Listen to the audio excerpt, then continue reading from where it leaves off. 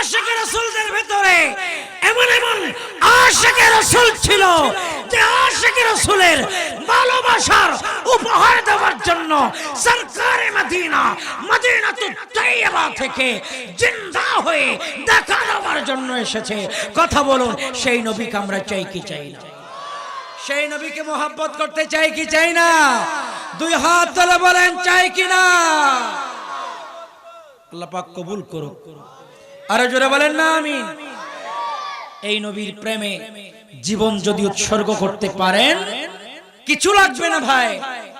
আমার নবীর কষ্ট যারা মক্কা মদিনা গিয়েছে আমি আপনাদেরকে কিভাবে বুঝাবো? রাসূল পাকের মদিনায় যখন হাঁটছিলাম তখন অনুভূতি হচ্ছে আমার নবী মক্কা থেকে মদিনায় তো কোনো গাড়ি নিয়ে যায়নি। আমার নবী এসব পাহাড় কিভাবে পাড়ি দিয়েছেন। যেতে যেতে মা আমেনার মকবরাতে গিয়েছি, দেখলাম মা আমেনার মকবরার মাটিগুলা কুড়ে মক্কার জালেমেরা ফেলে দিয়েছে। মাজারের ভিতর থেকে ওই আপনার কবরের বালিগুলা, মকবরার বালিগুলা তারা গাড়ি দিয়ে ফেলে দিয়েছে। আর জিয়ারত করতে গিয়েছি রাতের প্রায় ৩টা-৪টার দিকে। আমরা কিছু মানুষ, বাঙালি মানুষ, আমরা চিন্তা করলাম এরা এখনো পর্যন্ত আমার নবীর আম্মা জানের সাথে ষড়যন্ত্র করছে, না জানি এরা আমার নবীর সাথে কি ষড়যন্ত্র করেছিল। তারা আমার নবীর পিঠে উটের নাড়ি বুড়িগুলো দিত যখন নবী নামাজে যেত। দেখেছিলাম সেই বুড়ির বাড়ি, যেই বুড়ি আমার নবী নামাজে যাওয়ার সময় পথের মধ্যে কাঠা দিতেন। দেখেছিলাম এমন একটি পাথর, যে পাথর আমার মনে হয় এখনো আওয়াজ করে করে বলছে আমি ওই পাথর, যেই পাথরকে কাফেরেরা নবী মুহাম্মদের উপরে নিক্ষেপ করেছিল। আমি ওই পাথর এখনো শূন্যের উপর দাঁড়িয়ে আছি। আমার নবী নিচে, পাহাড়ের নিচে তাবুকের মধ্যে, আপনারা অনেকে তায়েফের মধ্যে আপনারা অনেকে গিয়েছেন, তায়েফ শহরে বুড়ির বাড়ি, আর বুড়ির বাড়ির উপরে বিশাল একটি পাথর। সেই পাথর তারা আমার নবীর গায়ের উপর ফেলে দিয়েছিল আমার নবী যাতে মারা যায়। আমার আল্লাহ ডাক দিয়েছে খবরদার পাথর সামনের দিকে বাড়াইস না, পৃথিবীকে জানিয়ে দিতে হবে শূন্যের উপর দাঁড়িয়ে থাক। এই পাথর তোকে দেখে দেখে আমার উম্মতেরা শিক্ষা নেবে আমার নবীকে বাঁচানেওয়ালা তিনি কে। আওয়াজ দেয়া বলেন তিনি কে। আমরা আল্লাহর প্রশংসা চাই কি চাই না? আল্লাহর প্রশংসা করলে লাভ আছে না নাই? আমার আল্লাহ পাথরকে ডাক দিয়েছিলেন, সেই পাথর এখনো শূন্যের উপরে, পাহাড়ের চূড়ায় একদম শূন্যের উপরে দাঁড়িয়ে আছে। আমি দেখে অবাক হয়ে গেলাম, কিরে পাথর তো ধরার কিছু নাই, অ্যাঙ্গেল নাই, কিছু নাই, এই পাথর কিভাবে দাঁড়িয়ে আছে? আমার আল্লাহ বলে কিয়ামত পর্যন্ত এই পাথরকে আমি দাঁড়িয়ে রাখবো, দেখাবো নবী মুস্তাফার শানে যারা বিয়াদবি করে আমি তাদেরকে শাস্তির জন্য, শিক্ষার জন্য এই পাথরকে কিয়ামত পর্যন্ত দাঁড়িয়ে রাখবো। আরেকটু জোরে বলেন। গরিবে নামাজের দরবারে গেলে সেখানেও একটা পাথর দেখা যায়। গরিবে নামাজের মাজারের তারাগট পাহাড়ে একটা পাথর দেখা যায়। আমার গরিব নামাজ আতে রসুল হিন্দাল বলি মুঈনুল মিল্লাতে ওয়াদ্দিন খাজা গরিবে নামাজ। হুজুর গরিবে নামাজ যখন ইসলামের কাজ করছিলেন আর রাজা পৃথ্বীরাজ পাথর নিক্ষেপ করেছিল, সেই পাথর এখনো পর্যন্ত শূন্যের উপর দাঁড়িয়ে আছে। শুধু নবী নয়, ওয়ালির শানও গোস্তাকি চলবে। আমি আপনাদেরকে দেখাতে পারবো ওয়ালির শানে বেয়াদবি করেছিল ভারতবর্ষে এক আল্লাহর ওলি, এখনো পর্যন্ত ইমাম কুর্দি রহমতুল্লাহ আলাইহি, ইনার নামের শেষে কুর্দি আছে। ইনি মাজার পাক থেকে এক লাথি মেরেছিল, এখনো পর্যন্ত পাটা মাজার পাকের বাহিরে আছে। সুবহানাল্লাহ বলেন। এখনো পর্যন্ত পায়ের নখ কেটে দিতে হয়। আল্লাহর ওলিরা জিন্দা না মরা? আওয়াজে বলেন। আপনারা একটু সামনে আসেন, এখানে তো জায়গাও নাই বাবা, এখানে দাঁড়িয়ে আছে অনেকে, আপনারা একটু কষ্ট করে সামনে চলে আসেন। এগুলো কোত্থেকে আসলো? এগুলো কি ফেরেশতা নাকি? ওমা এতগুলো মানুষ আমি একে থই দিয়া নোয়াইবার লেড়ে জায়গা নেই, নইলে সামনের দিকে একটু আসেন, আর নাইলে আমি মাইকে বলে দিতেছি যাতে সবাই বাড়ি ঘরে চলে যায়, কারণ জায়গা ছোড়ো তো। সালাতুন ইয়া রাসূলুল্লাহ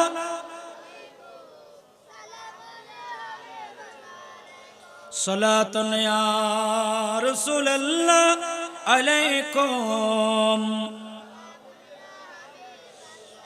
मैं सजदा करो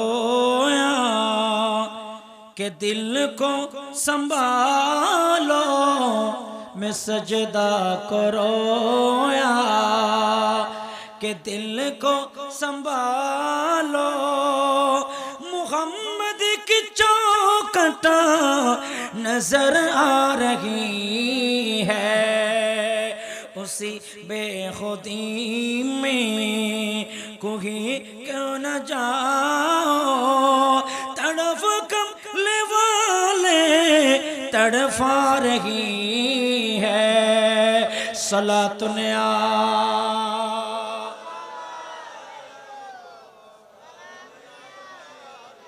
बिगड़ी हुई बनती है हर बात तो मदीने में, बिगड़ी हुई बनती है हर बात तो मदीने में, गमहार मोहम्मद की है ज़ात मदीने में, अल्लाहुम्मा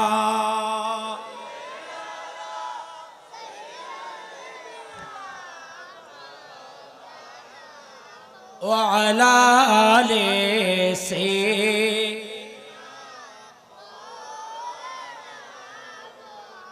উপস্থিত হাজিরিন, যুগে যুগে এই দেশে ইসলামের কাজ করেছেন, প্রথমে ইসলামের কাজ করেছেন আল্লাহর নবী এবং রাসূল, কথা বলেন ঠিক কিনা? এই দেশে ইসলামের কাজ করেছেন নবী এবং রাসূল, এরপরে রাসূল পাকের সাহাবায়ে কেরাম, কথা বলেন ঠিক কিনা?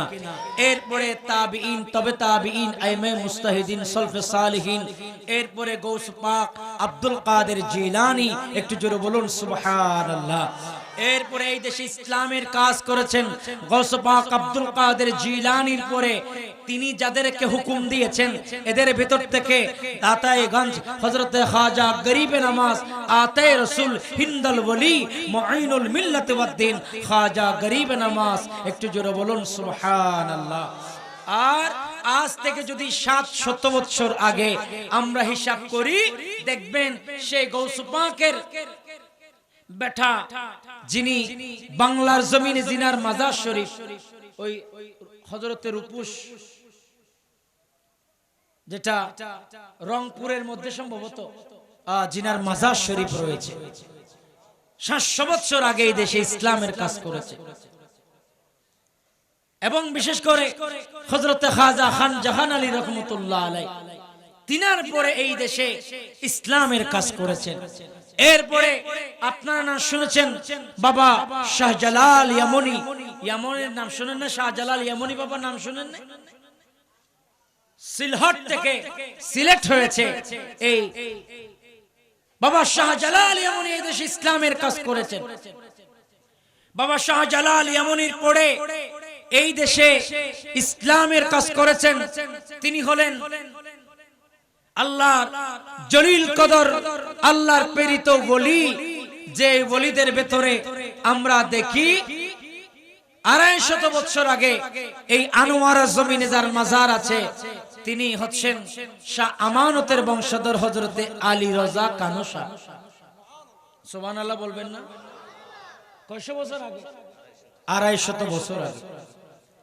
এভাবে ইসলামের কাজ করতে করতে আজ থেকে 150 বছর আগে এই দেশে ইসলামের কাজ করেছে গৌসুল আজম মজবন্ডারি কিবলায়ে আলম, একটু জোরে বলুন সুবহানাল্লাহ।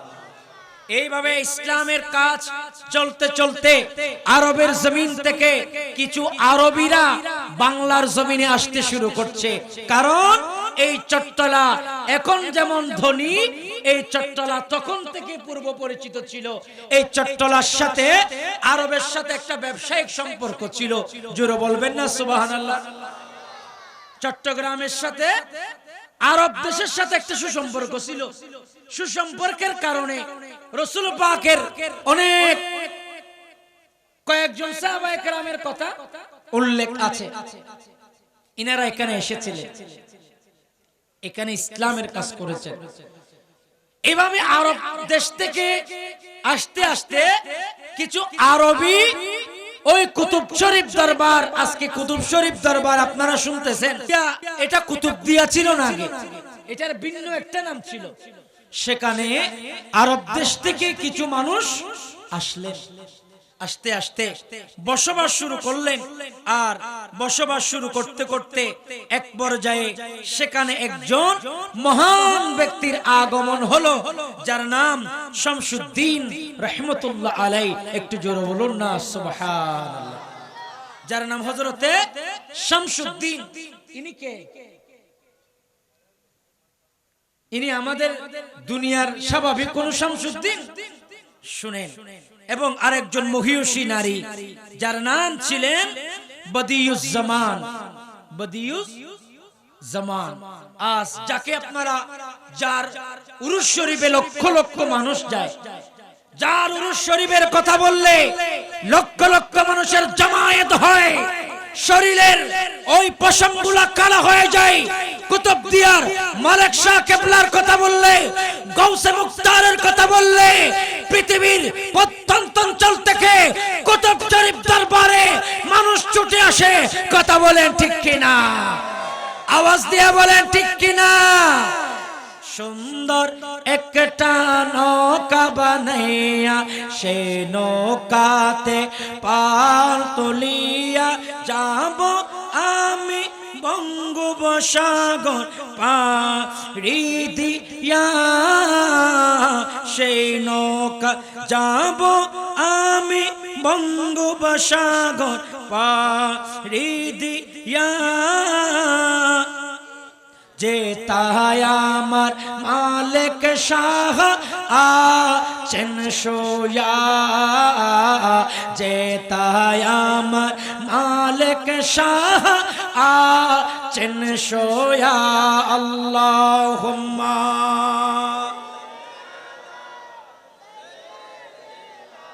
মাওলানা ওয়া আলা আলি সে।